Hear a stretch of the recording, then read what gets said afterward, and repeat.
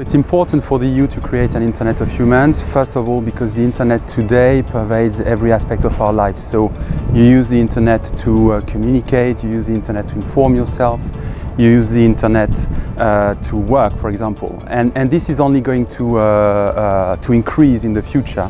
We want to make sure that people reap the maximum benefits of the digital transformation, and we want to mitigate the risk. And to do that, we think it is important to put the humans at the center of technology development. We have regulations, that's good, but we also need to work on the technology side. And you cannot transform the technology afterwards. You have to transform the technology from the start, from the core. So we want really the technologies of tomorrow, artificial intelligence, Internet of Things, to have the human needs at the core, to take into account the impact on society, and to ensure that they serve people. And I think in a way what we try to do is to incorporate our values into technologies. Values such as protection of fundamental rights, privacy, making sure that there is security on the internet, making sure that the internet is inclusive, so it's not an internet in one language, but it's in several languages.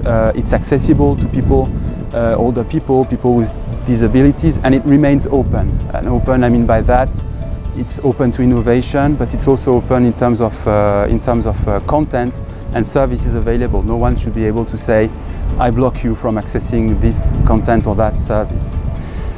So that's I would say, the whole approach of creating an internet of humans. The final purpose is to create a better internet. But at the same time, it will also bring a competitive advantage to European companies.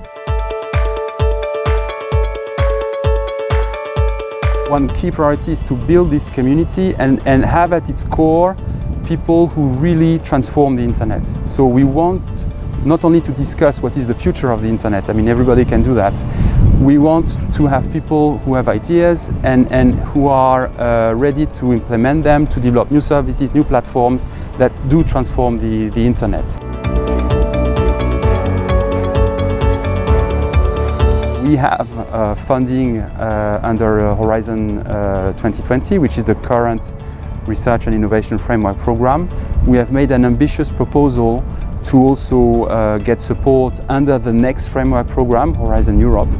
And we want to make sure that there is continuity and that there is visibility for the next 10 years, because this is the only way where you can ensure strategic planning, ensure support from the community. You need to give visibility to the people who are involved in the initiative, and also I think it's the time you need to change the internet. If you are serious about changing the internet, it's not something you are going to do in 2 or 3 years. It takes a decade or even more.